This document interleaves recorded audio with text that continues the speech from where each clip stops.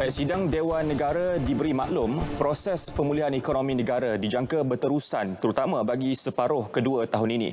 Timbalan Menteri Keuangan 2 Muhammad Shahar Abdullah memberitahu indikator awal ekonomi bagi Julai lepas menunjukkan prestasi ekonomi berada dalam fasa pemulihan lebih baik.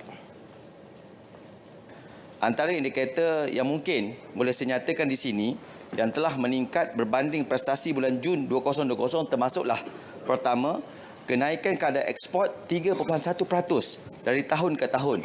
Kedua, jualan kereta penumpang mencatat kenaikan 27.3%. Ketiga, jualan kenderaan perdagangan melonjak 44.8%. Keempat, pergerakan penumpang domestik melonjak 215.8% dan jumlah kenderaan di lebuh raya Bertul meningkat 7.4%. Mengulas lanjut pertanyaan Senator Datuk Husin Awang, beliau menjelaskan berikutan unjuran separuh kedua 2020 yang lebih baik, Bank Negara Malaysia BNM telah mengumumkan pertumbuhan ekonomi negara antara negatif 5.5 hingga negatif 3.5%. Manakala bagi tahun 2021, ekonomi negara diunjur berkembang 5.8 hingga 8%. Baik, semua pihak disaran terus memainkan peranan menggalakkan individu yang layak sebagai daftar pemilih segera berbuat demikian. Keperluan itu memandangkan 4.2 juta individu berusia 21 tahun ke atas yang layak mengundi masih belum mendaftar sebagai pengundi. Timbalan Menteri di Jabatan Perdana Menteri Datuk Syabuddin Yahya memaklumkan menjelang 2021, anggaran angka pengundi mencecah 22 juta individu selepas pelaksanaan undi 18 tahun dilakukan. Jadi proses untuk menyedarkan masyarakat, merubah sikap supaya mereka mengambil dan memainkan peranan sebagai warga negara yang bertanggungjawab sebagai pengundi perlu kita laksanakan bukan hanya oleh SPR sahaja, tetapi kita amat mengharapkan peranan daripada parti-parti politik, peranan daripada NGO dan juga peranan daripada ketua-ketua keluarga di dalam setiap rumah tangga itu, kerana setiap rumah tangga yang sudah matang biasanya akan ada pengundi daripada suami, isteri dan anak-anak, mungkin 2 atau 3 orang. Beliau menjawab pertanyaan tambahan Senator Ismail Yusof. Suruhanjaya Pilihan Raya SPR menjangkakan semua persiapan yang sedang diambil dapat disiapkan dalam tempoh 18 hingga 24 bulan daripada tarikh kelulusan pindaan oleh Dewan Negara pada 25 Julai 2019.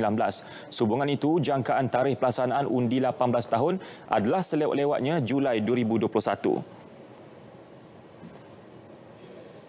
Penggunaan tanda tangan digital merupakan langkah praktikal dan selamat digunakan bagi pelbagai perkhidmatan dalam talian. Ketika menerangkan kepada pengetahuan Dewan, Timbalan Menteri Komunikasi dan Multimedia Datuk Zahidi Zainul Abidin memaklumkan penggunaannya berupaya meningkatkan kecekapan pengurusan serta penyampaian perkhidmatan. Kelebihan penggunaan tanda tangan digital terselah di mana ia boleh meningkatkan kecekapan pengurusan serta penyampaian perkhidmatan oleh mana-mana agensi sektor awam maupun syarikat swasta, walau di mana juga dan bila-bila masa tanpa perlu bersekemuka kerana perkhidmatan tanda tangan digital yang dikawal selia di bawah Suruhanjaya Komunikasi dan Multimedia Malaysia.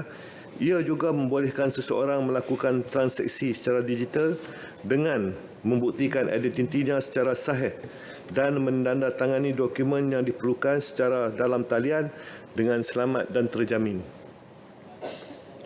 Justru agensi-agensi serta syarikat pemberi perkhidmatan digalakkan untuk menggunakan tanda tangan digital yang dikawal selia di bawah Akta Tanda Tangan Digital 1997. Dokumen yang menggunakan tanda tangan digital berdasarkan teknologi prasarana kekunci awam akan ditukarkan kepada bentuk kod sulit yang membolehkannya dikirim dengan selamat tanpa boleh difahami dan diubah pihak lain.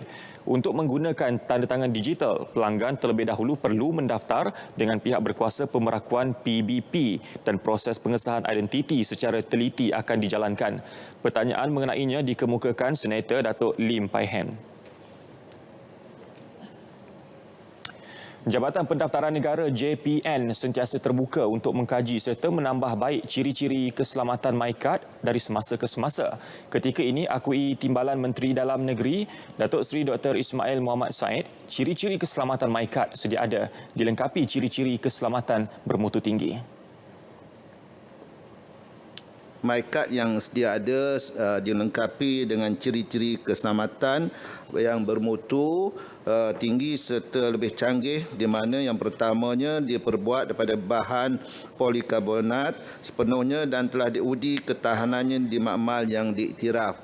Yang kedua, chip MyKad melalui beberapa peringkat pengujian termasuklah sebelum proses memasukkan chip ke dalam MyKad, dan yang ketiga, tulisan laser pada nama, nombor kad pengenalan dan gambar kecil atau dengan izin ghost image bagi mengelakkan maklumat daripada dipinda, dan sekiranya terdapat pindaan tersebut dapat dikesan dengan mudah dan pantas.